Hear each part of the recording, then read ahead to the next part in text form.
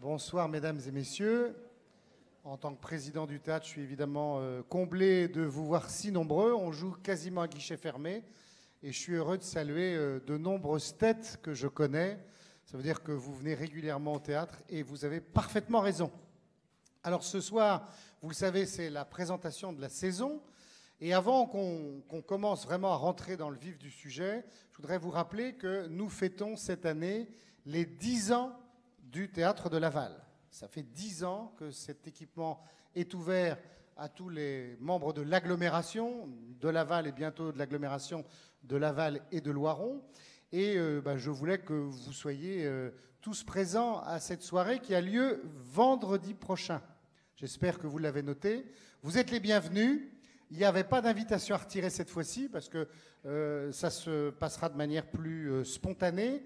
Il y aura un peu de musique pour vous accueillir. Il y aura le vernissage d'une très belle exposition qui rappellera les 10 ans du théâtre. Et donc, écoutez, au nom de Pierre, de toute l'équipe du théâtre et du conseil d'administration du théâtre, nous vous invitons et nous espérons, pourquoi pas, nous trinquerons ensemble aux 10 ans du théâtre. Alors, je voudrais aussi, avant qu'on commence, qu'on salue toute l'équipe du théâtre, tous ces permanents, ces 18 permanents. Certains, vous les voyez, vous allez voir Virginie, vous allez voir Pierre au niveau de la programmation, mais il y a aussi la billetterie, il y a tous les ouvreurs et les ouvreuses, il y a toute l'équipe technique, il y a tous ceux qui font de la médiation.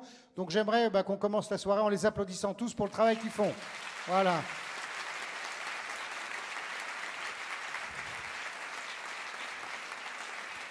Bon, puis écoutez, on va le dire entre nous. J'espère qu'il ne m'en voudra pas, mais on peut aussi souhaiter bienvenue à une petite fille dans la famille de Pierre Jamet, parce que Pierre est papa depuis simplement à peine un mois d'une jolie petite fille. Alors on peut l'applaudir aussi. Voilà.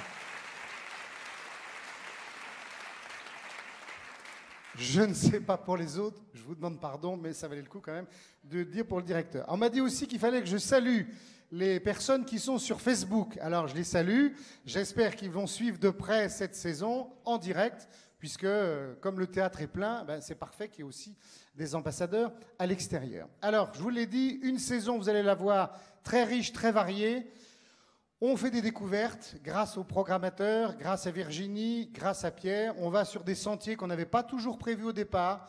Des spectacles, on se dit, hop, quand on regarde la feuille, ça doit être compliqué, oh, ça doit être sérieux, ou c'est pas drôle. Et puis en fait, on se rend compte qu'on a affaire à de magnifiques rencontres, d'autant plus que vous le savez aujourd'hui, la tendance du spectacle vivant, c'est vraiment d'allier des disciplines artistiques entre elles.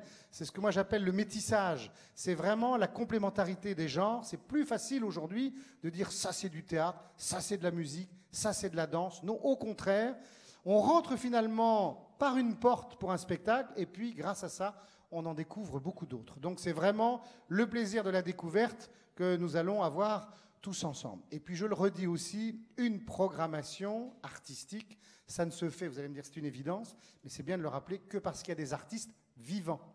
Et je voudrais également, parce qu'il y en a quelques-uns ce soir, il y a Virginie Fouchot, que vous allez voir tout à l'heure, du Théâtre d'Air, il y a Christophe Rouxel, un grand metteur en scène, qu'on est vraiment très heureux d'accueillir cette année, et d'autres artistes, j'ai vu d'autres comédiens, j'ai vu des peintres. Alors je crois aussi qu'on peut applaudir les artistes, parce qu'ils sont nécessaires. Voilà.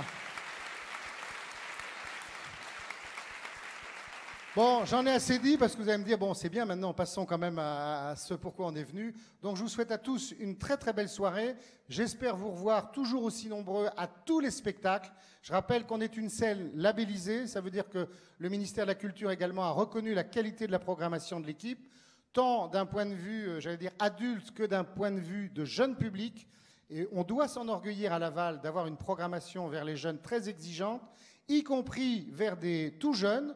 Et je le dis, puisque nous avons, alors on va le signer officiellement sans doute à la rentrée, mais nous avons pu signer avec l'État, ministère de la Culture et le ministère de l'Éducation nationale, un contrat local d'éducation artistique dont je suis particulièrement fier parce que ça va nous permettre d'avoir une action très grande. Et le parcours artistique, c'est afin que chaque enfant à Laval puisse aller au spectacle, avoir des rencontres avec des artistes. Ça peut être des urbanistes, ça peut être des peintres, ça peut être des architectes.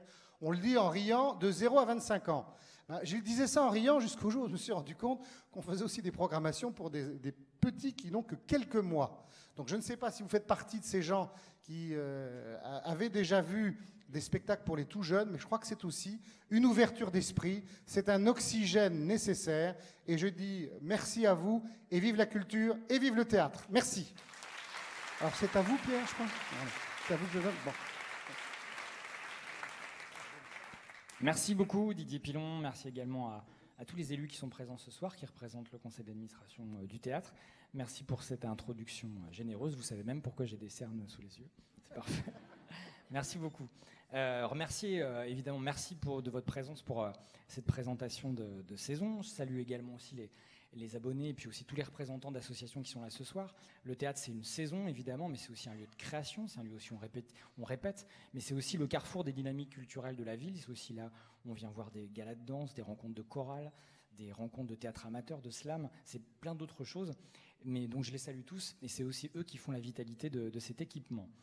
Pour se mettre le pied à l'étrier de cette présentation de saison, comme chaque année, il nous a fallu faire des choix, donc on ne va pas vous parler de tout, comme chaque année. On va attirer votre vigilance, votre attention sur des propositions dont il nous semble qu'elles méritent plus que les autres de votre attention. Voilà.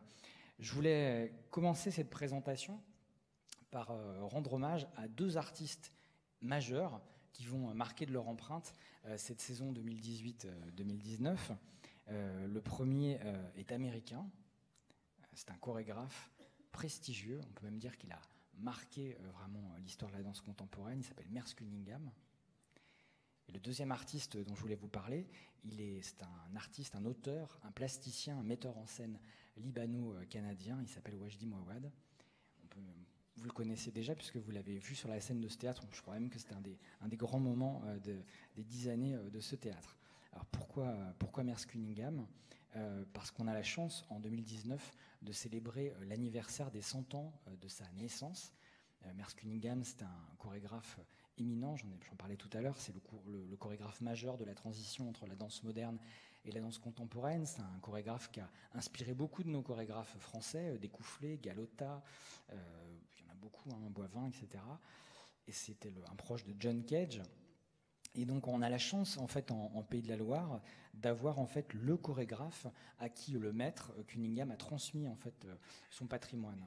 Le Trust Cunningham a missionné un chorégraphe qui s'appelle Robert Svinson, et on a la chance en Pays de la Loire que ce grand chorégraphe américain a pris la direction du centre chorégraphique d'Angers avec cette mission de transmission du patrimoine de Cunningham.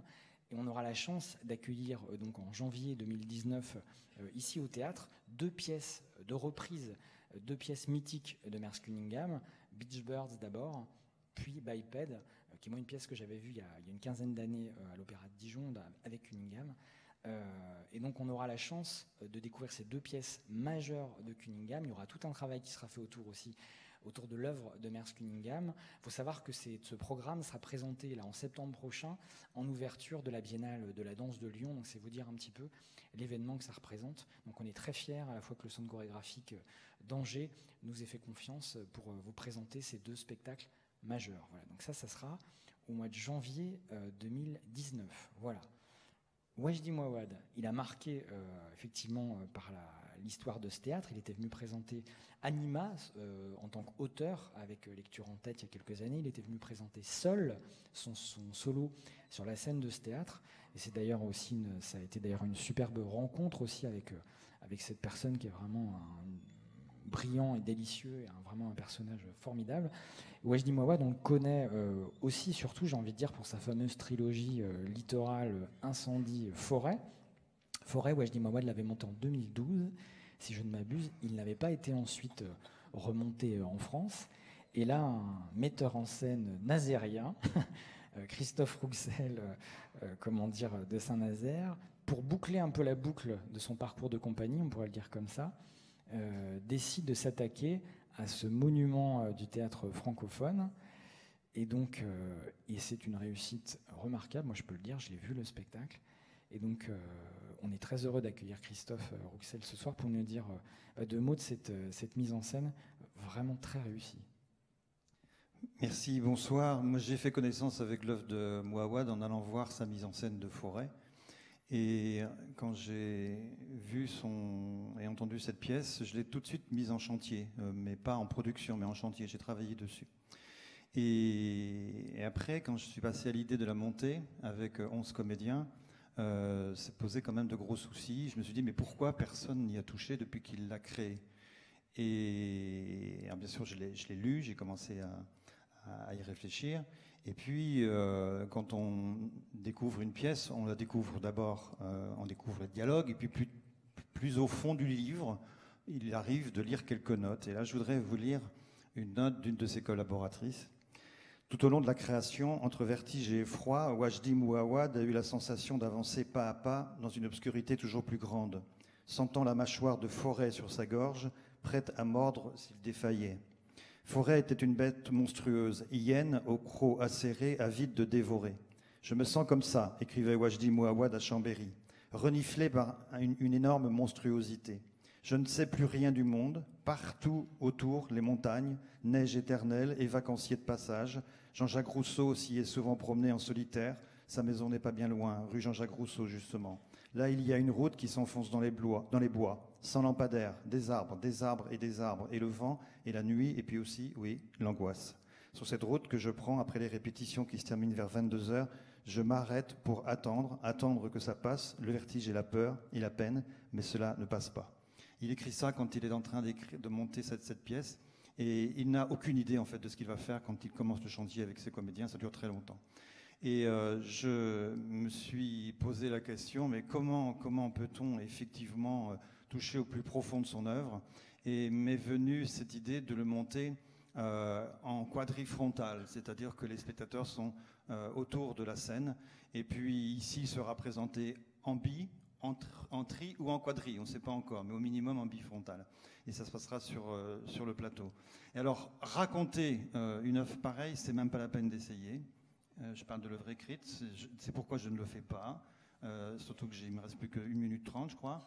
Donc, je voudrais juste vous dire cette chose-là, c'est que ce n'est pas une tragédie, Forêt. Ce sont des tragédies, mais l'héroïne, ce petit personnage, cette jeune comédienne qui est là-bas à droite, avec sa queue de cheval, on peut dire que c'est peut-être l'héroïne de la pièce. Alors, elle termine la pièce et elle ne meurt pas, donc ce n'est pas une tragédie.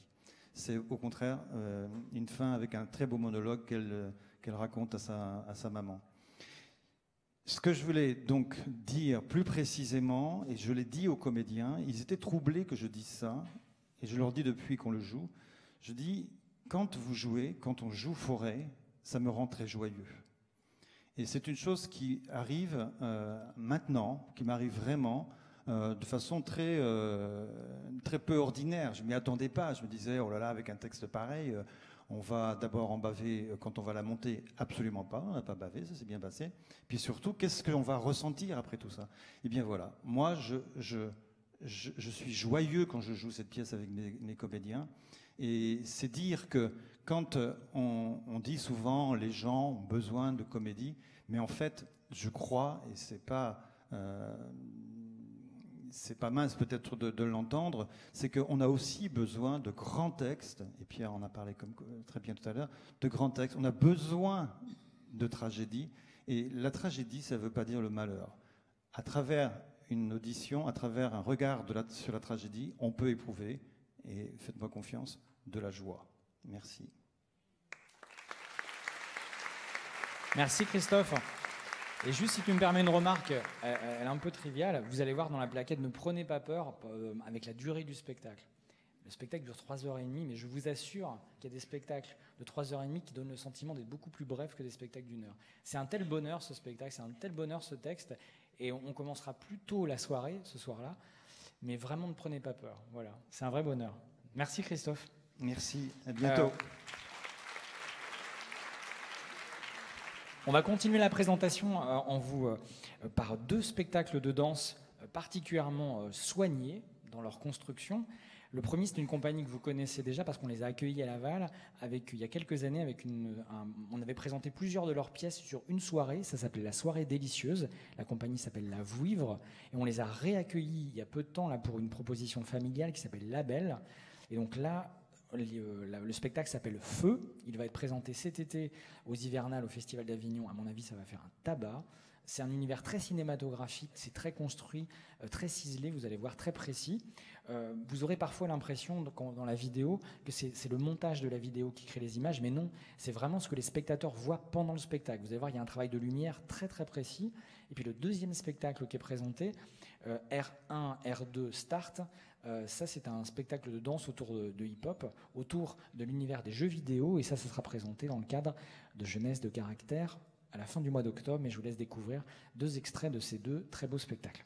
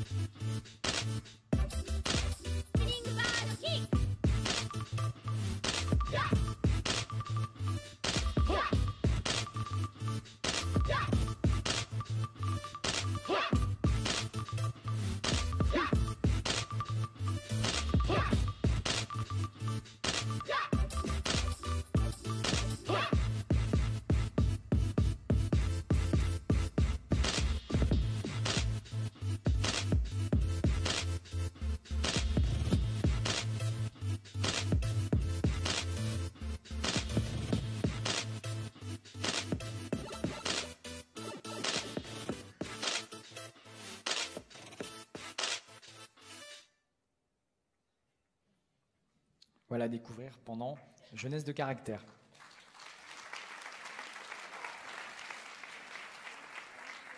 On va continuer cette présentation par 3 spectacles, 3 coups de cœur, on pourrait dire, 3 spectacles qui nous tiennent particulièrement à cœur, et notamment ce premier spectacle qui s'appelle Le Fils, qui est une mise en scène de David Gauchard sur un texte de Marine Bachelot. Marine Bachelot, on l'avait accueillie avec son collectif Lumière d'août au théâtre. C'est un spectacle qu'on a vu à Avignon l'année dernière. Alors, ça parle de quoi ? Ça parle d'une mère de famille, elle est pharmacienne à Château-Giron, à côté de Rennes. Et par le biais de son époux, elle rencontre des gens en fait, dans le milieu catholique traditionnaliste. Et par volonté d'intégration puis d'ascension sociale, elle commence à s'engager de façon importante dans ces réseaux-là, dans les cercles anti-avortement. Elle commence à manifester devant le Théâtre national de Bretagne contre les spectacles dits blasphématoires, etc. Et ce spectacle, en fait, c'est un peu le monologue intérieur de cette femme et aussi la manière dont elle essaie de convaincre un de ses 2 fils. Je ne vous raconte pas la fin du spectacle. Ce que je peux vous dire, c'est que c'est un spectacle moi, qui m'a bouleversé, qui était vraiment sans doute une des choses les plus belles et les plus fortes que j'ai vues au Festival d'Avignon l'année dernière. C'est quelque chose qui n'est pas du tout manichéen, qui est pas du tout. C'est d'un grand raffinement. C'est tout le dialogue intérieur de cette femme et l'histoire particulière qu'elle entretient avec son fils. Voilà. J'espère que vous nous ferez confiance pour venir découvrir ce spectacle vraiment magnifique le 13 novembre. Donc la compagnie l'Unijambiste, Le Fils. Voilà. Ça sera au mois de novembre. Le deuxième spectacle, sur un tout autre registre, cette fois. Ces dernières années, on assiste à un retour important d'un courant dans le cirque, qui est vraiment le retour de ce qu'on appelle la nouvelle magie. Voilà. Et dont vous avez pu voir des spectacles comme ceux d'Étienne Saglio, par exemple, ici sur ce plateau.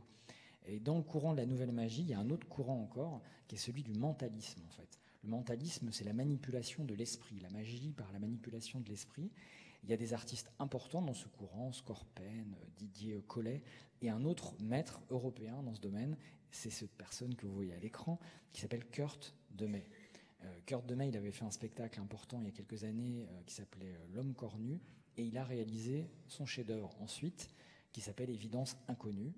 Alors comment vous parler de ce spectacle-là ?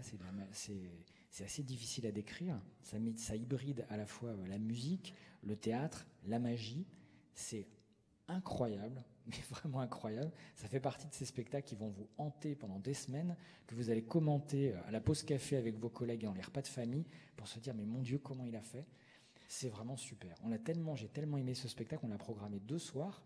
Certains d'entre vous l'ont peut-être vu au Chaînon Manquant. Il avait été présenté de façon confidentielle, enfin uniquement avec des professionnels il y a quelques années. Il a déjà beaucoup tourné partout en Europe. Vraiment, venez voir ça, c'est un bonheur. Vraiment, c'est un bonheur. En tout cas, vous allez en parler pendant longtemps de ce spectacle. Et puis troisième et coup de cœur dont je voulais vous parler ce soir, le maniement des larmes. Nicolas Lambert, c'est un artiste qu'on a déjà accueilli. Nicolas, c'est un artiste qui a inventé une sorte de nouveau théâtre documentaire. Le maniement des larmes, c'est le 3e volet d'une trilogie qui s'appelle La démocratie. Premier spectacle de la trilogie, c'était Elf, la pompe Afrique, sur le pétrole, qui était un retour en fait sur le procès Elf qui a vu il y a quelques années. 2e volet de la trilogie, Avenir radieux, sur le nucléaire, qu'on avait accueilli nous ici sur ce plateau, qui était vraiment super. Et le 3e volet, donc le maniement des larmes, sur l'armement, qui est vraiment un bonheur. En fait, ce spectacle est construit à partir d'auditions de commissions parlementaires, d'enquêtes journalistiques, de discours d'hommes politiques, etc. Il combine tout ça en fait pour en faire un seul en scène qui est à la fois passionnant, c'est extrêmement drôle, même si je vous cache pas qu'on rit un petit peu jaune par moment. C'est assez jubilatoire et passionnant. Vraiment, venez voir ça. C'est de l'éducation populaire, vraiment extrêmement bien fait. Et c'est théâtralement, je pense, le spectacle le plus réussi de la trilogie. Voilà. Il y a aussi un musicien au plateau, il a d'autres comédiens avec lui, mais vraiment, venez voir ça, c'est vraiment génial. Ça sera au mois de janvier, le mardi 22. Certains ont peut-être déjà vu ce spectacle, il a été présenté l'année dernière à Château-Gontier à la Scène nationale. Voilà. On va continuer cette présentation, on va continuer à vous parler de cirque avec une compagnie québécoise qu'on a déjà accueillie. Je ne sais pas si certains d'entre vous avez vu Circopolis, le cirque Éloise.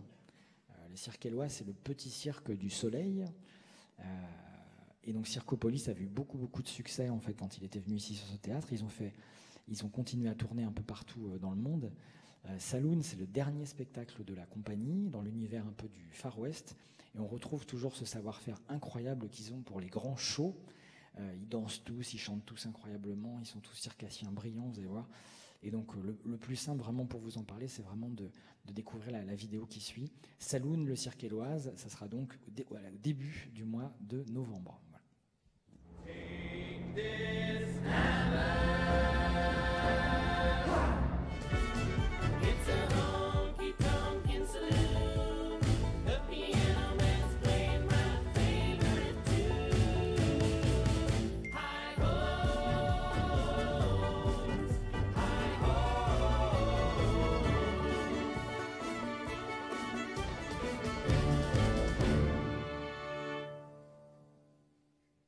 Le cirque éloise, voilà. On accueille maintenant Nicolas Moreau de l'agence Mayenne Culture. Nicolas, vous l'aviez vu sur cette scène il y a quelques temps, parce que c'était le coordinateur du projet That's All Folk, que beaucoup d'entre vous avaient vu. C'était il y a 2 ans, c'est ça 2 ans, je me dis. Oui, octobre 2017. Et donc en fait, on a renouvelé notre confiance en fait à Mayenne Culture pour un nouveau projet dont tu vas venir nous parler ce soir, qui s'appelle Lady Sings the Blues. Oui, c'est ça. Et effectivement, ça s'inscrit dans la continuité de That's All Folk, donc vous avez peut-être vu effectivement. Ça naît de la même idée en fait, l'envie de faire se rencontrer des musiciens de la scène locale, des musiciens en Mayenne, qui ont l'occasion de se rencontrer lors de concerts, qui peuvent se connaître, mais qui n'ont pas forcément l'occasion de travailler ensemble. Et là, on leur offre cette opportunité-là de travailler ensemble dans le cadre d'un projet ambitieux, d'envergure. Et cette idée de rencontre, elle naît aussi de l'envie de faire se rencontrer des mondes différents. Et là, en l'occurrence, ce sera le monde du classique, la musique classique, et le monde de la musique jazz. Didier Pilon parlait tout à l'heure d'hybridation, on est vraiment là-dedans. Et cette idée de faire se rencontrer des musiciens d'un orchestre classique, l'ensemble instrumental de la Mayenne, un ensemble de musique classique professionnelle, qui va accompagner, qui va se télescoper avec des musiciens de jazz de la scène locale. On va retrouver notamment, alors je ne vais pas tous les citer, parce qu'il y aura 19 musiciens sur scène quand même, mais on peut notamment citer Joanne Lefebvre, le trompettiste Joanne Lefebvre, Alexandre Gost au piano, qu'on va voir tout à l'heure d'ailleurs. On retrouvera aussi Joanne Guillard, qui joue dans un groupe qui s'appelle Marabout Orchestra, que vous connaissez peut-être. Voilà, il y aura, comme je vous disais, 19 musiciens sur scène. Donc un bel ensemble qui associe classique et jazz sous la houlette d'une femme.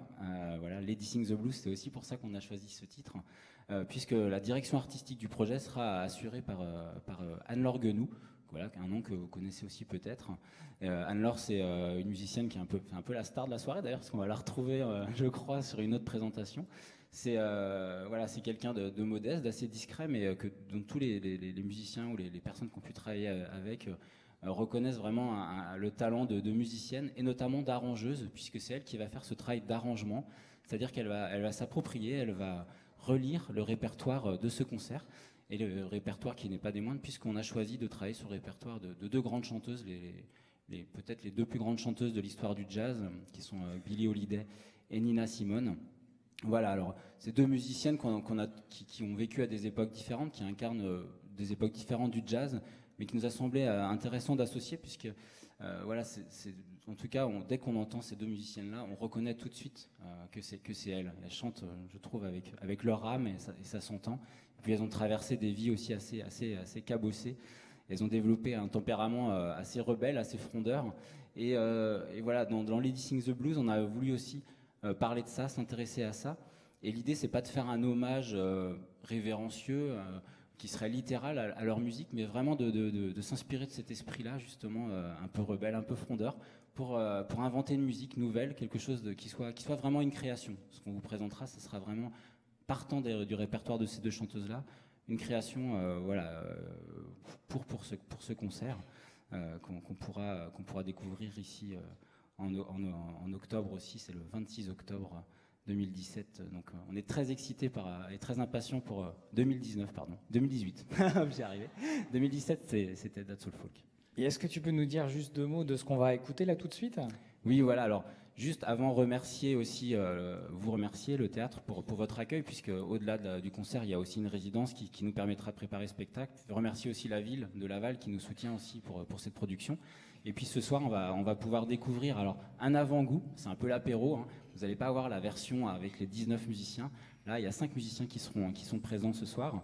Il y a Alexandre Gosse, dont je parlais tout à l'heure au piano, Éric Onillon à la contrebasse, et puis les 3 chanteuses qui seront sur scène pour ce projet, Agathe Mouchard, Pauline Dezon et puis Anne-Laure Guenoux.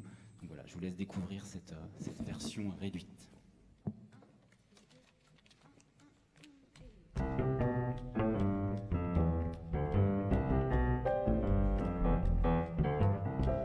Baby don't care for shows. My baby don't care for clothes. My baby just cares for me.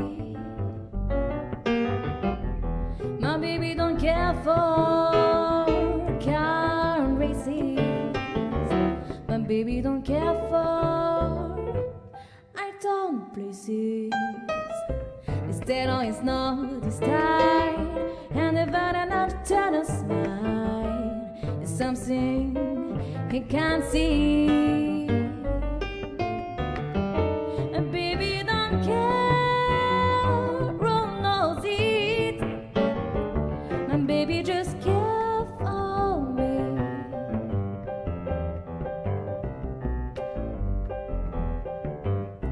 My baby don't care for shows. My baby don't care for clothes. My baby don't care for me. My baby don't care for cars and racing. My baby don't care for heights and places. Liz Taylor is not his style, and even Lana Turner's smile, it's something you can see. My baby don't care, who knows it? My baby just care for me. My baby don't care for shows. My baby don't care for clothes. My baby just care for me.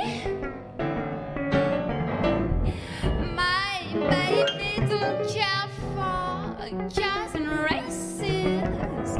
My baby don't care for item places. Liz Taylor is not his style, and never Lana Turner smile. It's something he can see. My baby don't care. Who knows it? My baby just care for me.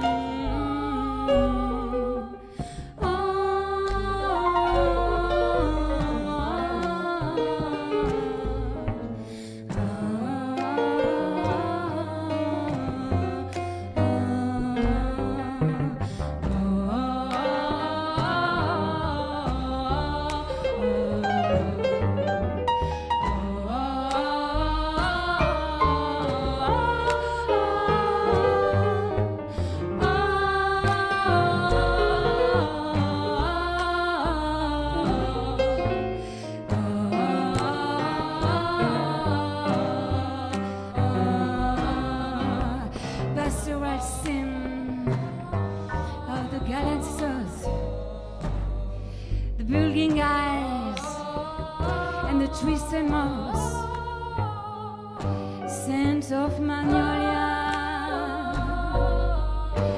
sweet and fresh.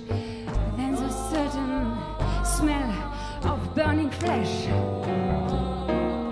Here is the fruit for the crowd to pluck, for the rain to gather, for the wind to suck, for the sun to root, for the trees to drop. Here's the strength and bitter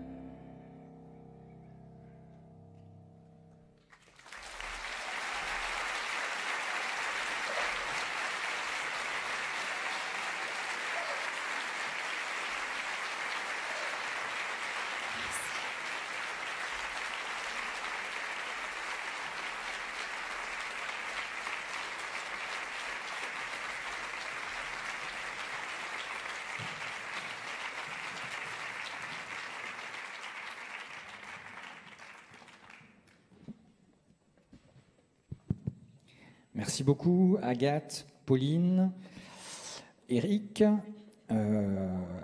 Anne-Laure et puis Alexandre. Voilà, vous pouvez les réapplaudir parce que pour une mise en bouche, c'est quand même super.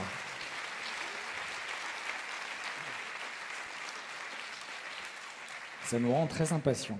Voilà. Merci beaucoup. On va continuer cette présentation en vous parlant d'un volet, le volet qui nous tient particulièrement à cœur dans ce théâtre, puisque vous savez qu'on est un théâtre généraliste, pluridisciplinaire, on fait un peu de tout, on fait du théâtre, de la musique, de la danse, mais on a une scène conventionnée, c'est-à-dire qu'on a une spécialité, on est reconnu nationalement pour le travail qu'on fait dans le domaine de la marionnette. Alors vous savez que la marionnette, elle a parfois une image un peu surannée, un petit peu désuète. Nous, on parle de marionnette et de formes animées, et on met sous la notion de forme animée beaucoup de spectacles qui brident notamment des spectacles très visuels, des choses qui empruntent à vraiment des formes très différentes. Voilà. Donc notre présentation avec Virginie Edreano, directrice adjointe du théâtre qui nous a rejoint. Vous pouvez l'applaudir. C'est vraiment de vous présenter un panel de spectacles extrêmement différents et qui vont vous montrer, je l'espère, la vitalité de ce champ disciplinaire. La photo que vous voyez là, c'est un spectacle qui a marqué ce théâtre qui s'appelait Bastard. Il y en a qui l'ont vu dans la salle, Bastard. Douda Paiva, c'était vraiment génial, ce qui hybride à la fois la marionnette et la danse. Et je vais commencer par vous parler de deux projets qui nous tiennent à cœur. Pourquoi ils nous tiennent à cœur? Parce qu'en fait, on les accueillera en résidence. On les a déjà accueillis en résidence, on va les accueillir en résidence prochainement. Le premier, c'est un projet d'une compagnie lavalloise qui s'appelle Mauvaise Herbe. Le projet s'appelle Lundi Lettre A2. Stéphane Delaunay, son directeur artistique, vous le connaissez peut-être parce qu'il est dans un prestigieux collectif angevin qui s'appelle le groupe ZUR. Il travaille beaucoup sur un théâtre d'images, c'est extrêmement beau, puissant. Et donc ce spectacle, Lundi Lettre A2, qui va être créé à l'automne, je crois, va tourner un petit peu partout en France. Vous allez le voir dans beaucoup de prestigieux festivals. Et on accompagne beaucoup son travail. Il est venu en résidence. Il y a des techniciens du théâtre qui travaillent avec lui sur le son, le plateau, etc. Donc on est très heureux et très fiers d'accompagner Stéphane sur ce premier projet. Le deuxième spectacle, on y tient particulièrement aussi. Simon Delattre, Rodéo Théâtre, qu'on avait accueilli il y a quelques années avec un spectacle qui s'appelait Boo de Mike Kenny. Nous, ce qu'on aime bien dans le travail de Simon, c'est le rapport qu'il entretient au texte. Beaucoup d'auteurs contemporains. Et là, il a choisi en fait un texte vraiment super que vous connaissez, parce que c'est un chef-d'œuvre de la littérature. Émile Ajar, La vie devant soi. Superbe texte. Qui est aussi c'est une excellente idée de le monter au niveau marionnettique, parce qu'il y a une galerie de personnages incroyable. Et on s'est dit, comme ce qu'on aime particulièrement dans le travail de Simon, c'est les textes, on se propose de vous en faire écouter un tout petit extrait. On a demandé à Bertrand, comédien, de nous rendre ce grand service, de vous faire découvrir la langue d'Émile Ajar, qui va, j'espère, vous donner envie de venir voir ce très beau spectacle.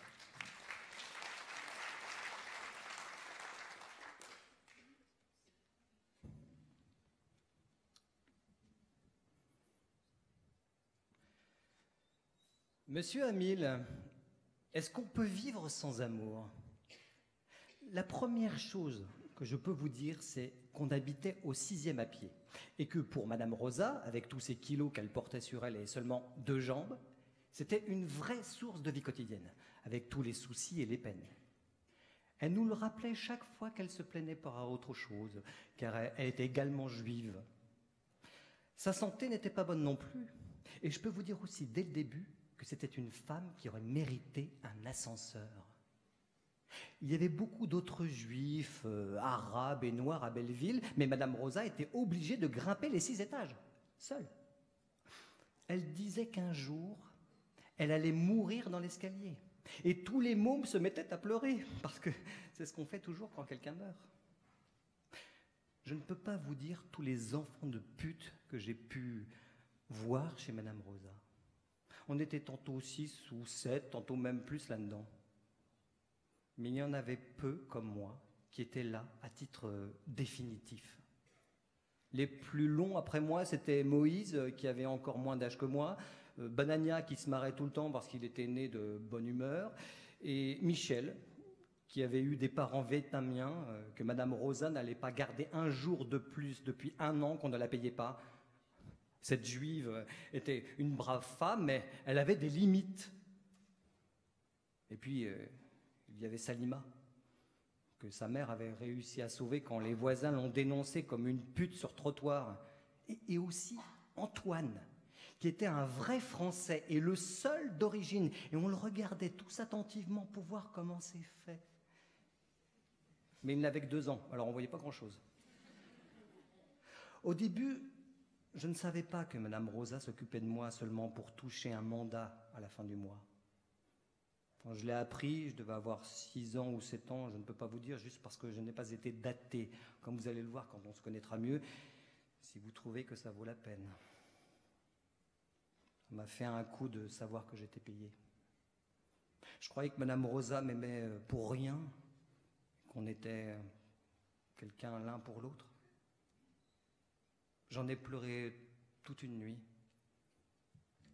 C'était mon premier chagrin.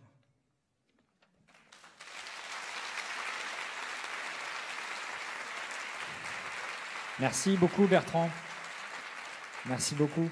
Relisez ce roman vraiment sur la plage cet été, c'est un bonheur. Voilà. Et les images que vous voyez, c'est le projet de décor en fait, qui est en train de se construire, puisque là on parle vraiment d'un spectacle qui va venir se répéter à Laval à la fin du mois d'août et au début du mois de septembre.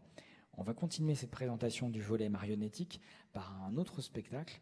Alors cette compagnie, certains d'entre vous la connaissent, c'est une compagnie anglaise, Blind Summit. Ils étaient venus présenter à Laval un spectacle qui a eu un énorme succès au niveau européen qui s'appelait The Table. Certains d'entre vous s'en rappellent sans doute. Et ils se sont associés avec une compagnie écossaise pour ce spectacle qui s'appelle Hijinks. Alors ça raconte quoi? Ça raconte l'histoire de ce petit bonhomme, là, ce petit Jean-Pierre Bacry en chiffon. Il s'appelle Fred. Et Fred, en fait, il a envie d'avoir une vie normale, il a envie d'avoir un boulot, une copine, il en a un peu marre.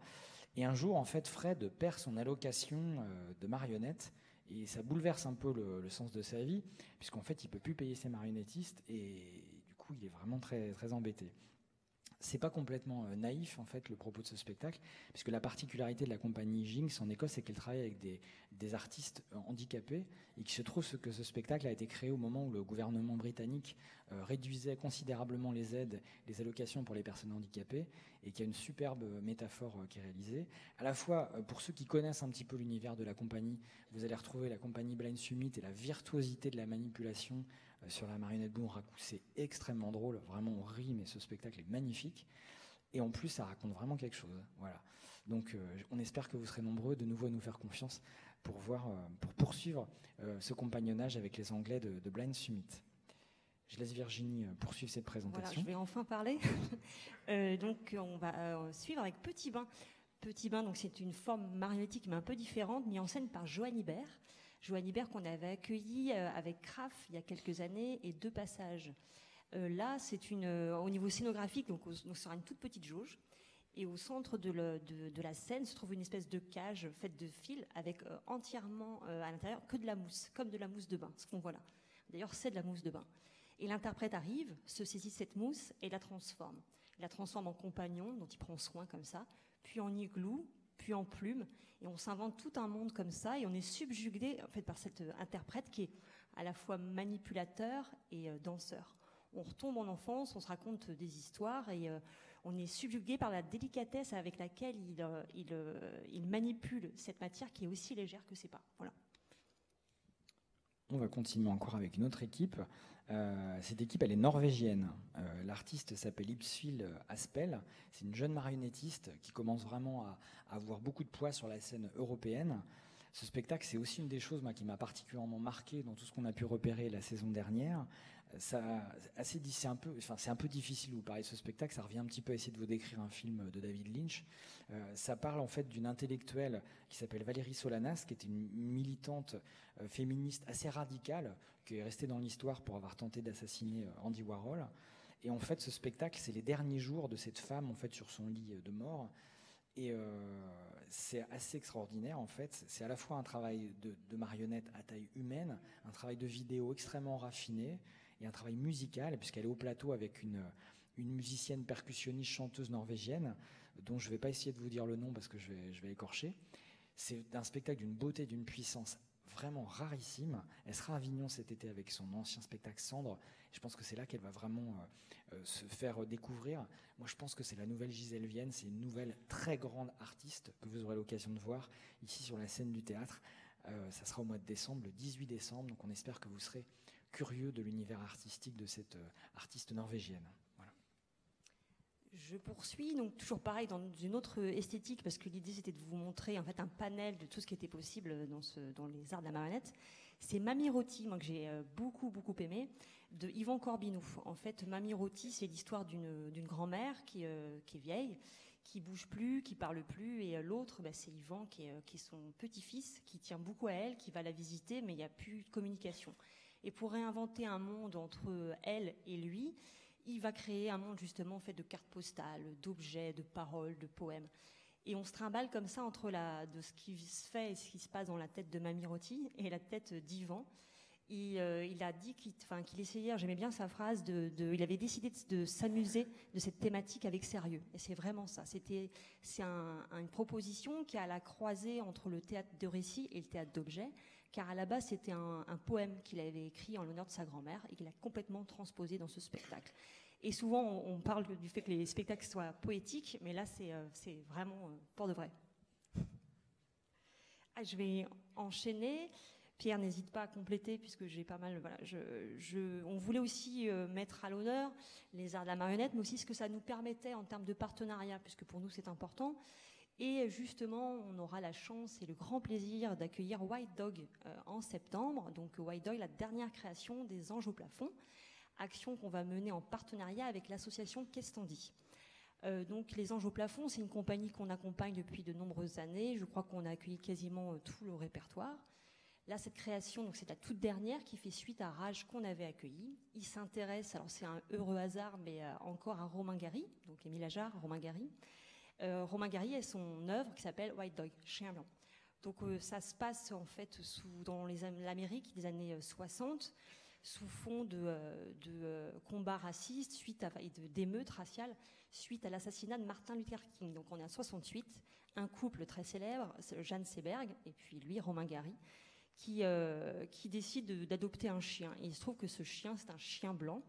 Et en fait, il a été éduqué pour attaquer les Noirs, les personnes noires. Donc ils sont face à un dilemme, à savoir est-ce qu'ils abdiquent, ils l'abandonnent, ou est-ce qu'ils essayent de le rééduquer.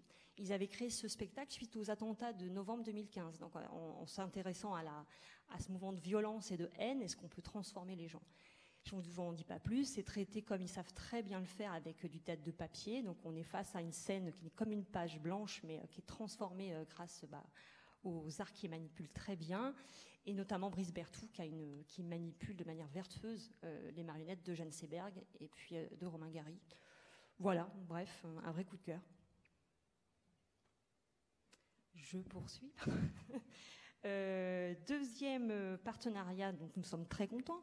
Là, c'est en lien avec le MANAS, le musée d'art naïf de Laval, et l'association ADPI 53. On aura le plaisir d'accueillir une exposition durant 2 mois, janvier-février, de Drôlatique Industrie. Drôlatique qu'on avait déjà accueilli il y a quelques temps avec une exposition durant le Chaînon, c'était il y a 2-3 ans.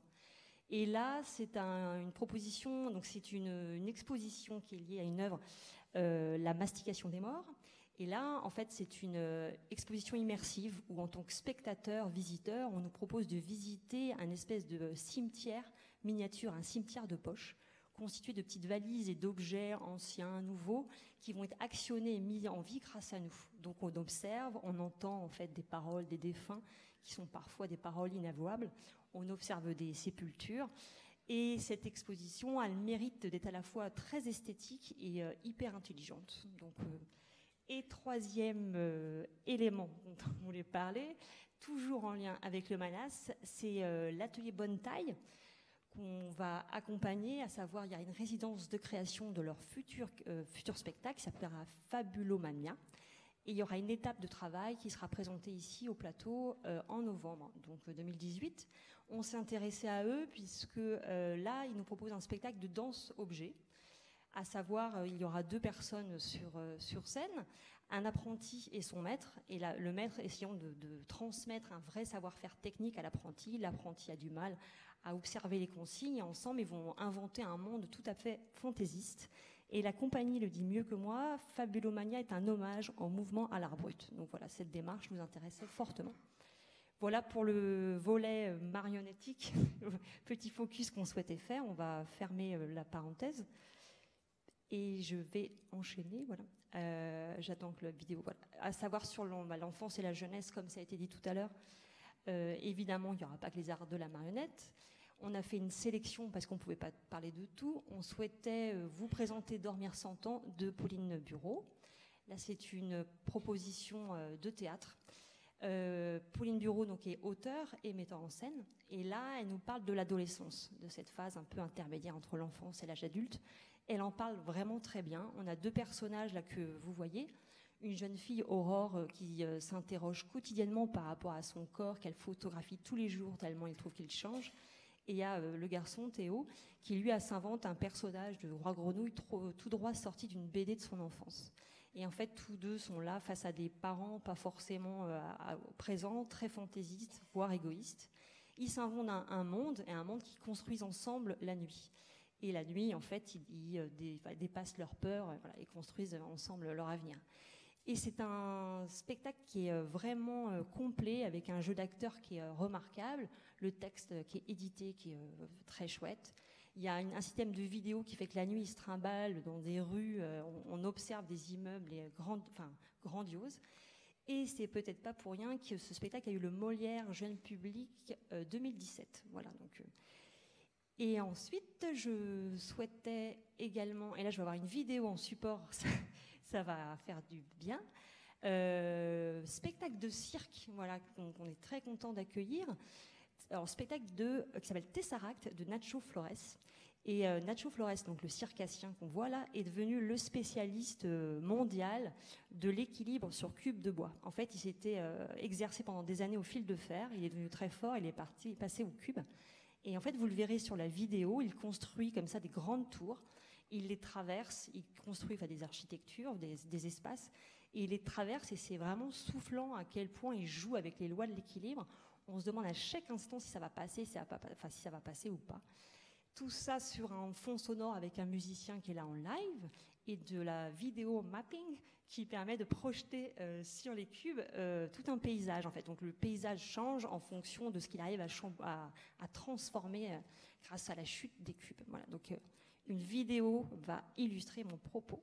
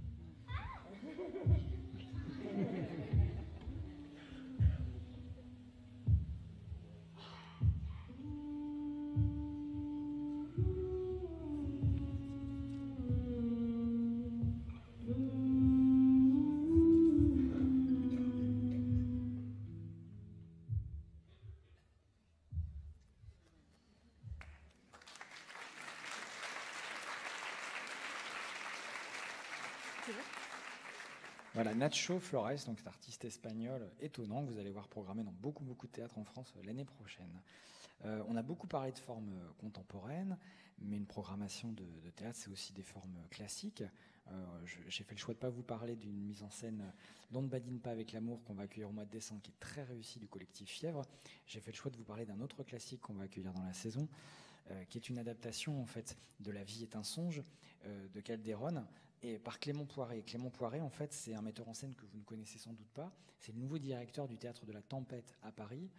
Et c'est vraiment pour moi la représentation de ce que j'appelle moi le très bel artisanat du théâtre, c'est-à-dire des spectacles avec des mises en scène superbes. On n'est pas à la pointe de l'innovation du théâtre contemporain. On est sur des superbes mises en scène avec des travails scénographiques, un travail de lumière extrêmement soigné. Et donc ce spectacle, il l'a créé en fait lors de sa prise de fonction au théâtre de la Tempête à Paris. Et c'est une réussite étincelante. Vous allez pouvoir vous en rendre compte par vous-même par cet extrait vidéo.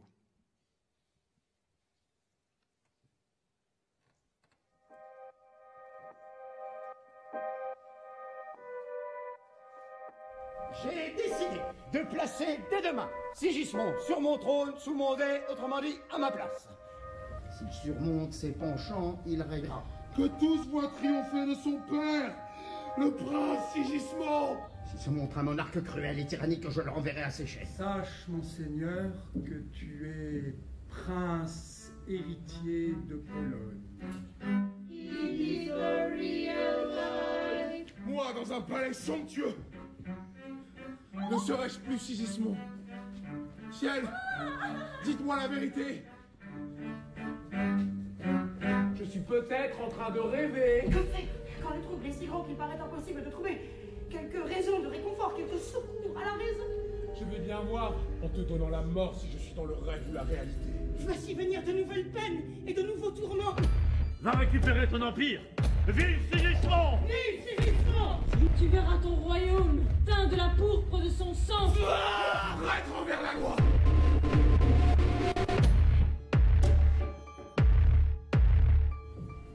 Pauvre prince né sous une mauvaise étoile. Le plus grand bonheur est peu de choses, car toute cette vie est un songe.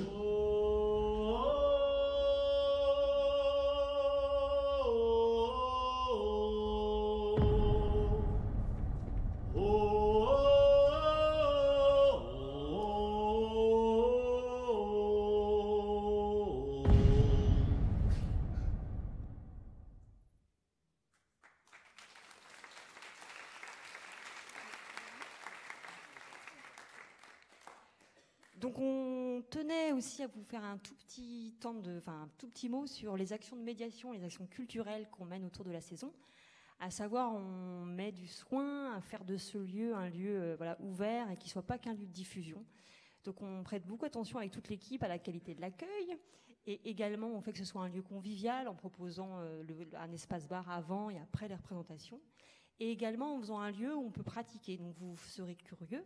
Vous verrez dans la plaquette, on vous a mis plein de petits endroits où il y a des actions de médiation qui passent par des rencontres qu'on a appelées des bords de scène, à savoir des rencontres à chaud après les représentations, des ateliers de pratique qui sont proposés avec vraiment toutes disciplines confondues. Il y a également des visites du théâtre qui sont possibles et des actions qu'on a fait en sorte qu'elles soient vraiment pluridisciplinaires, qu'elles soient ouvertes aux enfants, aux ados comme aux adultes et entièrement gratuites. Donc voilà, il ne manque plus que vous au rendez-vous, c'est tout simple, il n'y a aucun prérequis. Voilà, je ferme la parenthèse. Et justement, en parlant de médiation, nous allons accueillir, donc il y a Virginie Fouchot qui nous a rejoint. Virginie qui va nous parler de 2 projets, donc notamment un Cendrillon pour le premier, qui est un projet d'éducation artistique et culturelle que vous menez sur le quartier Saint-Nicolas depuis 1 an, que vous allez poursuivre l'an prochain avec, pour se terminer sur une résidence ici de 5 jours et une représentation tout public ouvert à tous. Est-ce que tu peux nous en dire quelques mots, Virginie? Mais avec joie, Virginie. Bonsoir à tous. Je vais essayer d'être claire, c'est pas toujours mon fort. Alors, c'est un projet, en fait, la compagnie Arzigote et le Théâtre d'Air ont la chance d'avoir un lieu mutualisé mis à disposition par la ville de Laval et ce lieu est à Saint-Nicolas. Et c'est une chance pour nous parce que du coup, on a découvert un quartier qu'on ne connaissait pas. Enfin, pour ma part, je le connaissais peu. Et du coup, effectivement, des ateliers depuis plusieurs années dans le cadre de Quartier en Seine existent. Et cette année, nous souhaitions réunir ces ateliers sur un seul et même projet qui sera l'adaptation de Cendrillon de Joël Pomera. Donc, Joël Pomera, vous l'avez découvert plusieurs fois à Laval via Le Petit Chaperon Rouge, via Pinocchio. Et c'est un très beau texte et qui permettait, parce que sur ce projet-là, ce qui nous tenait à cœur vraiment, c'est que déjà des gens qui ne se seraient jamais rencontrés pour des raisons culturelles, sociales, géographiques, se rencontrent, c'est-à-dire des gens des quartiers et des gens qui ont déjà l'habitude de faire un petit peu de théâtre au centre-ville, à Jean Massé. Et puis des âges différents, c'est-à-dire que des enfants vont être sur le même plateau que des personnes plus âgées, on va dire. Et tout ce monde-là va défendre ce texte-là qui s'appelle Cendrillon de Joël Pomera. Et dans ce projet, dans cette création, on ouvre aussi des ateliers costumes, scénographie, son, lumière, en se disant que il y a des gens qui peuvent être tout à fait intéressés par la création, la culture, etc., mais qui ne se sentent pas d'être sur le plateau.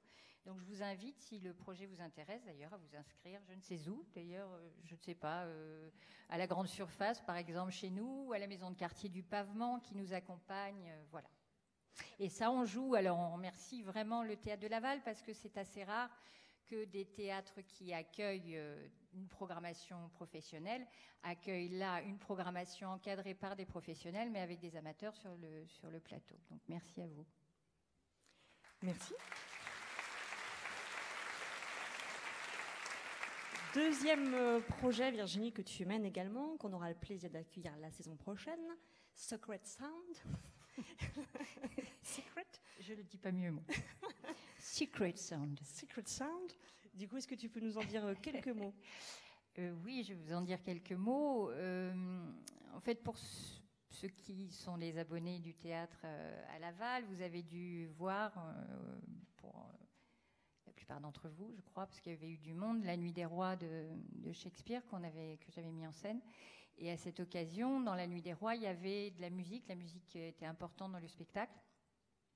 Et Alan Corbel, que vous allez retrouver là dans un moment, faisait partie d'ailleurs des musiciens. Et on rejoint Alan Corbel, Gaël Desbois, Anne-Laure Guenoux et puis Gérald Berthevas. J'ai réuni tout ce petit monde-là qui se connaissait pas en fait au départ autour des sonnets de Shakespeare. Donc ça parle d'amour encore et on se balade, on passe du trouble à la passion, à la trahison, avec les mots de Shakespeare qui, moi, je trouve, même dans les sonnets, sont d'une modernité extraordinaire. Et on appelle ça un récital rock. C'est un petit peu une forme un peu hybride, récital, parce que certains sonnets sont dits en français, souvent chantés en anglais, et toute la musique que vous entendrez est vraiment composée par les 4 qui ne formaient pas un groupe au départ et qui, au bout de 3-4 jours, on avait l'impression qu'ils jouaient déjà depuis très très longtemps ensemble. Donc c'est vraiment, moi, un projet qui me tient à cœur, que je trouve très beau. Non mais vraiment, et je peux le dire d'autant plus que je suis juste à l'initiative du truc, mais la musique c'est eux, les voix c'est eux, et puis je vais arrêter d'en parler, puis vous allez pouvoir du coup écouter, vous rendre compte par vous-même, puisqu'ils vont vous présenter 2 morceaux. Voilà. Merci.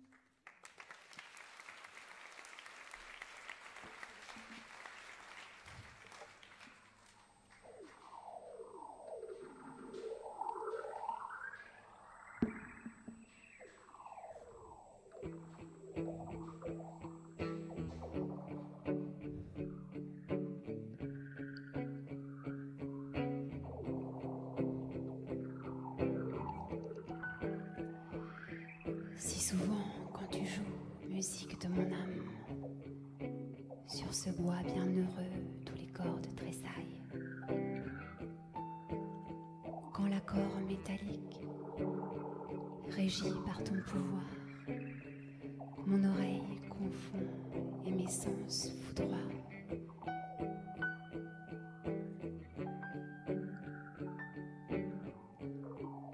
J'envie ces touches qui, dansantes, ne cessent de baiser le creux de tes mains. Quand mes lèvres sont là, rouges de l'impudence d'un bois dont la moisson devrait être la leur. Pour cette rivalité avec ces notes vibrantes, mes lèvres volontiers échangeraient leur sœur lorsqu'ils errent tes doigts d'une allure caressante. Le bois mort est plus heureux que ma lèvre vive.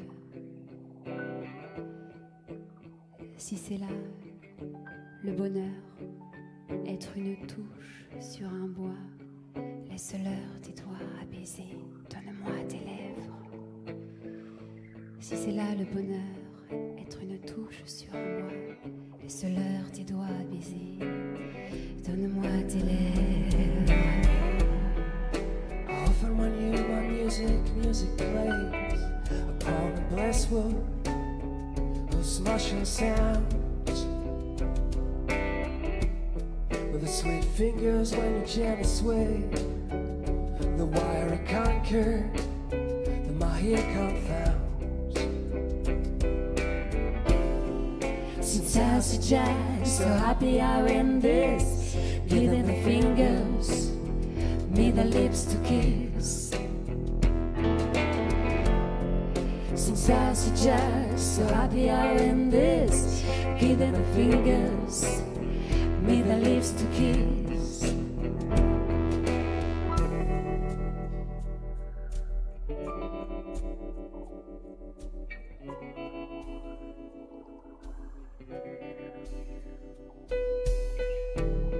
Do I have Mrs. Jackson in belief to kiss tender and warm of the hand, while my poor lips would chew the harvest reed of the word's baldness by the blushing stems. Since I see Jack, so happy I win this, give them the fingers, me the lips to kiss. Since I see Jack, so happy I win this, give them the fingers, me the lips to kiss.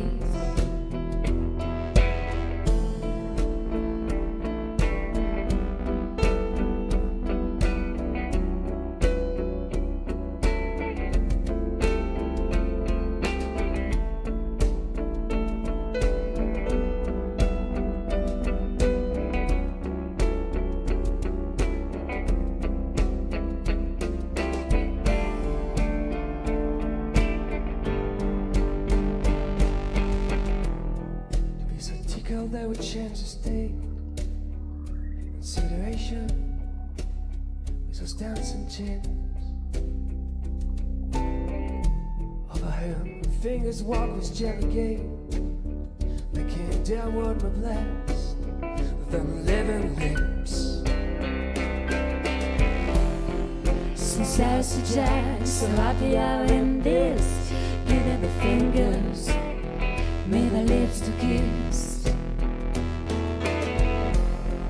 Since I see Jack, so happy I win this, give them the fingers, me the lips to kiss.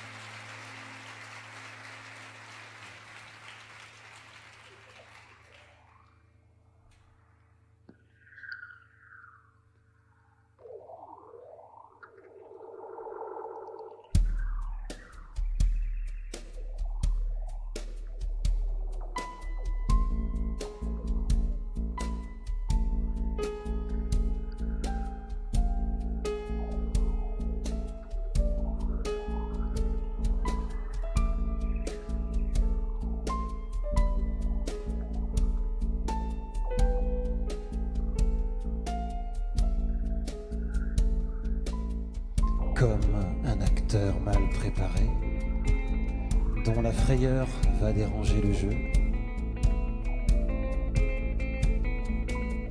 Comme la passion qu'emporte tant de rage,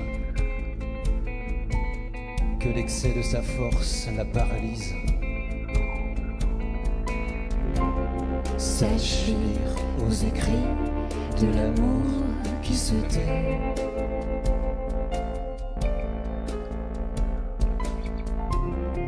Entendre par les yeux et d'amour le secret.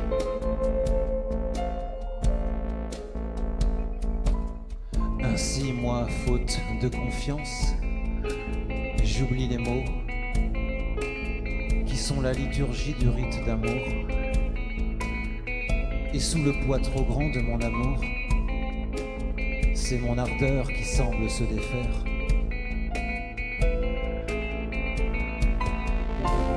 Sache lire aux écrits de l'amour qui se tait.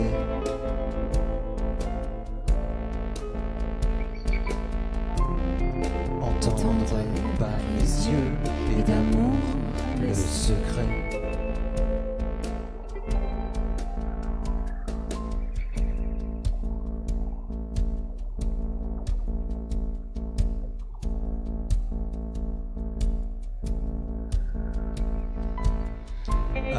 Que les yeux soient alors l'éloquence, les messagers muets de ma voix profonde.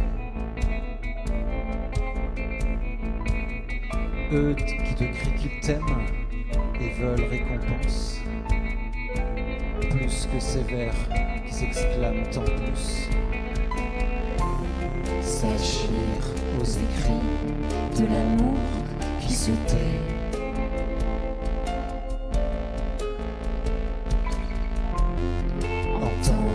Par les yeux et d'amour le secret.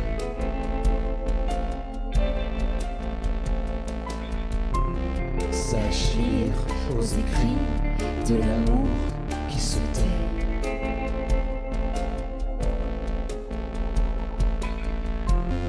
Entendre par les yeux et d'amour le secret.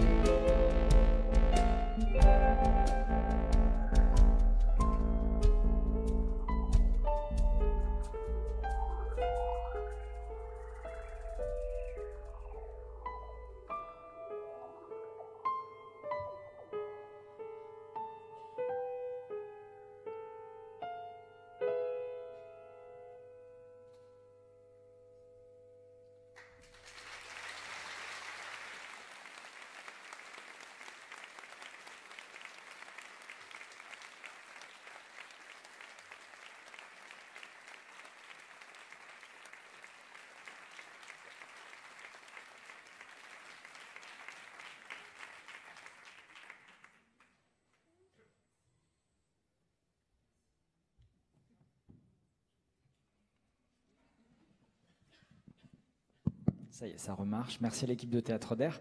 Puis on salue les musiciens, puis on salue aussi Mathieu Mulot qui a fait un très beau travail de vidéo sur ce spectacle que vous pourrez découvrir au mois de février. Mais pour le voir dans son intégralité, il faudra venir nous voir au mois de février. On arrive dans la dernière ligne droite de cette présentation de saison et je me dis, mon Dieu, je leur ai pas parlé de plein de spectacles.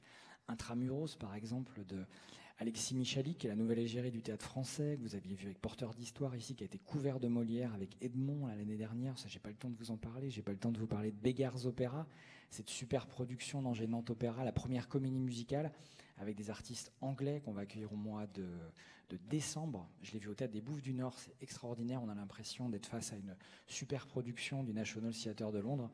Ça, vous pourrez. On n'a pas le temps de vous parler de tout ce soir. En tout cas, j'ai pas le temps de vous parler de cela. Voilà. Pour cette dernière ligne droite de présentation, on ne vous a pas parlé encore d'humour, et notamment on voulait vous faire découvrir cet artiste à l'univers tout à fait particulier qui s'appelle Chris Esquer. Vous devez quand même, pour beaucoup d'entre vous, le connaître, puisqu'on le voit souvent sur Canal+, sur France Inter. On n'avait pas d'extrait à vous montrer du spectacle qui est vraiment très très réussi. On voulait juste vous montrer une petite intervention qu'il a fait à la fin d'un séminaire de grand chef d'entreprise. Ça va vous donner une petite idée de l'univers artistique du personnage et notamment de son cynisme et de son humour tout à fait particulier. Nous, on adore. Voilà. Je vous laisse découvrir.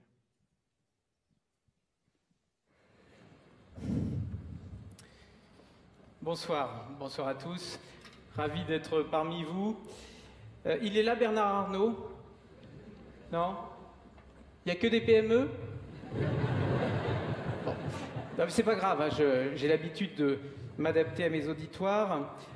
Pour vous dire, j'étais encore hier au Japon avec des gens comme Carlos Ghosn ou autres. Bon, déjà, est-ce que vous avez des questions concernant les précédentes interventions? Parce que je serai en mesure d'y répondre. Non? Alors, je me présente, je suis un scientifique, Michel l'a dit, un entrepreneur, j'ai inventé beaucoup de choses. Je suis notamment le père de la mammographie par satellite. Le principe, il est simple, certains le connaissent. La patiente, pendant une demi-heure, met ses seins nus à la fenêtre de son appartement. Le satellite prend des clichés qui sont transmis directement au médecin référent. Hein, la carte vitale est coincée entre les seins et lue automatiquement, avec à la clé plusieurs millions d'économies pour la sécurité sociale. Alors, je voulais dire un mot maintenant sur l'élevage de mouches. Puisque je travaille sur un projet similaire depuis quelques années. Mais comme je suis plus avancé dans le processus, je sais que l'autre intervenant fait fausse route. Mais ça fait partie du plaisir de l'aventure. Hein. Ce qui est agréable, c'est le chemin, c'est pas la destination. Donc, moi aussi, j'avais choisi les mouches au départ, et finalement, je me suis tourné vers les éléphants. Pourquoi? Parce qu'il y a plus à manger, tout simplement. Et en plus, ils s'envolent pas, donc tout est plus simple. Mais restons sur les mouches, hein, pour que les idées soient plus claires. Ce cycle qu'on a vu tout à l'heure, il comporte des déperditions d'énergie à chaque étape, et mes recherches montrent que le cycle serait moins énergivore si on le chantait.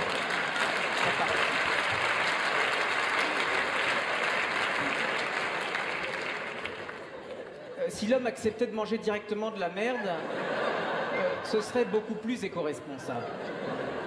Déjà, on ficherait la paix aux mouches, qui n'avaient pas demandé à être associées à nos problématiques. Et en plus, on maigrirait un peu, car l'expérience montre que quand on mange des détritus, on en mange moins. Bien souvent. Voilà, Chris Esquer.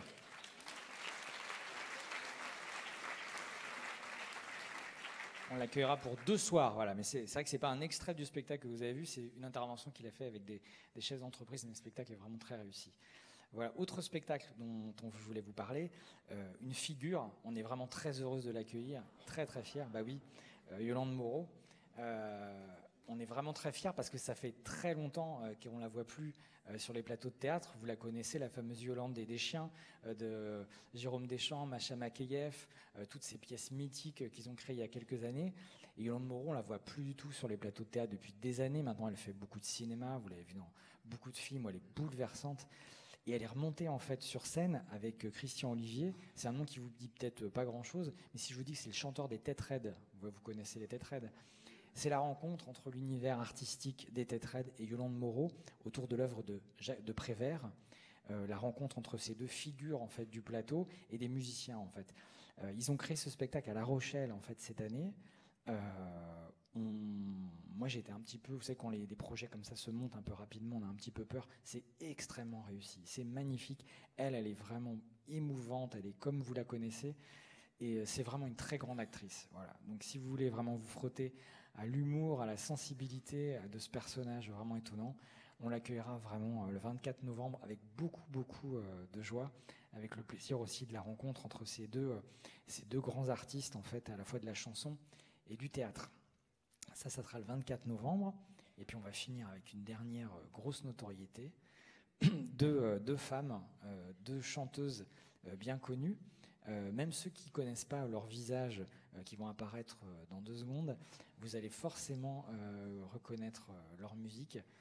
C'est une grande joie, ça va être une grande joie de finir la saison 2018-2019 avec ces 2 grandes artistes, les Brigitte, et vous connaissez forcément l'extrait qui va suivre. Elles viendront dans le cadre d'une tournée acoustique, le piano, les 2 voix, avec un peu comme on avait fait Philippe Catherine avec un piano. Pour clore cette saison, il n'y aura que quelques dates en France. On aura le privilège à Laval d'avoir ce concert et ce projet artistique tout à fait original. Mais je vous laisse réécouter un petit extrait pour ceux qui auraient oublié qui sont les fameuses Brigitte.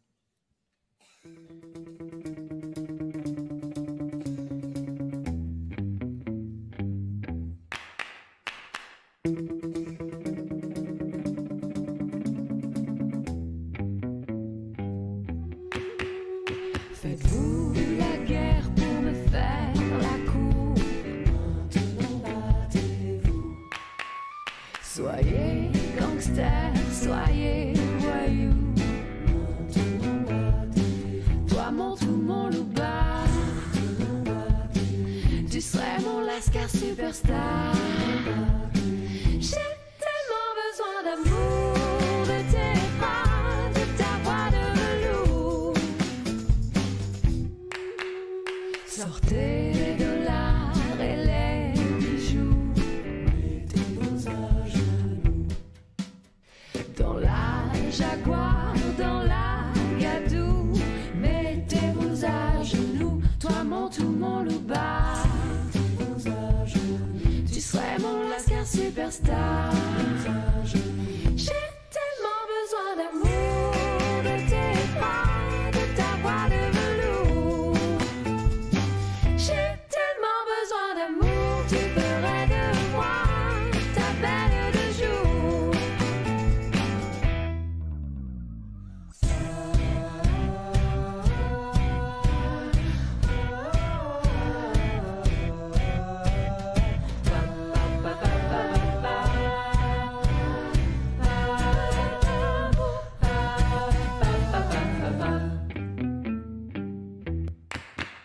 Je rêve d'un king, de kidnapping, de quitter mon pauvre living. Je veux du swing et du bling bling, et que le meilleur gagne sur le ring. Toi mon tout, mon loup-bas, tu serais mon lascar superstar. Et moi j'ai si peur dans le noir. J'ai tellement besoin d'amour, de tes bras, de ta voix de velours. J'ai tellement besoin d'amour, tu ferais de moi ta belle de jour. J'ai tellement besoin d'amour.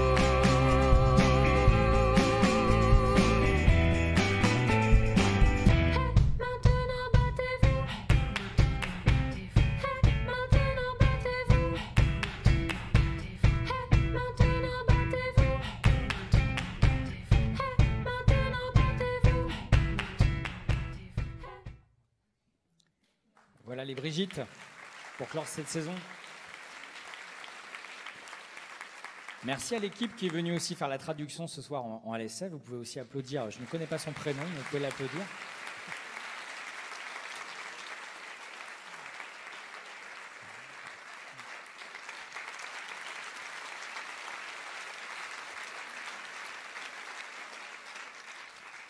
Voilà, on arrive au terme de cette présentation de saison. On va vous laisser ensuite découvrir les plaquettes et tous les spectacles dont on ne vous a pas parlé, puis vous allez pouvoir aussi réapprofondir ceux dont on a commencé à vous parler.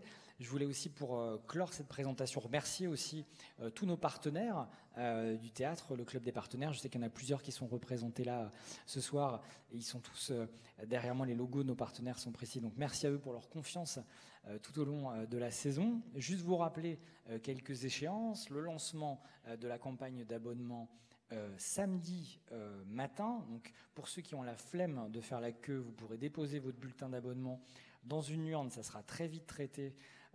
Donc il n'y a que des bonnes places au théâtre, donc il n'y a pas de problème. Si vous avez la flemme de faire la queue, si vous voulez absolument voir les Brigitte au deuxième rang, là par contre je pense que c'est plus prudent de faire la queue samedi. Vous dire qu'également maintenant on peut réserver aussi sur internet et choisir parmi le quota de places, réserver ces places sur internet, donc vous pouvez aussi réserver depuis chez vous. Et n'hésitez pas, si vous avez des doutes, on sera présent samedi toute la journée. Si vous avez des conseils, si vous avez des questions, on sera présent, moi et mes collègues, pour y répondre. Voilà.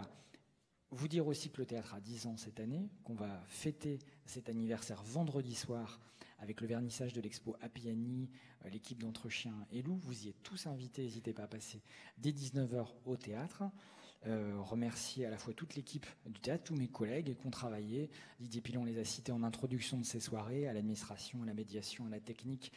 Et je les cite pas tous parce qu'on est nombreux. Merci vraiment à eux pour la qualité de leur travail. Vous pouvez les applaudir.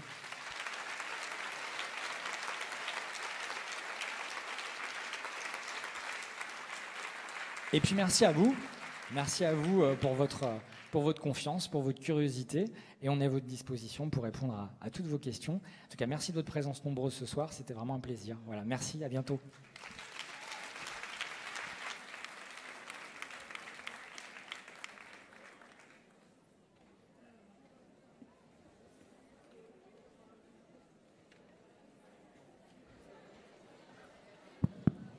Et j'oubliais, pour ceux qui souhaitent prolonger la soirée, le bar du théâtre est ouvert.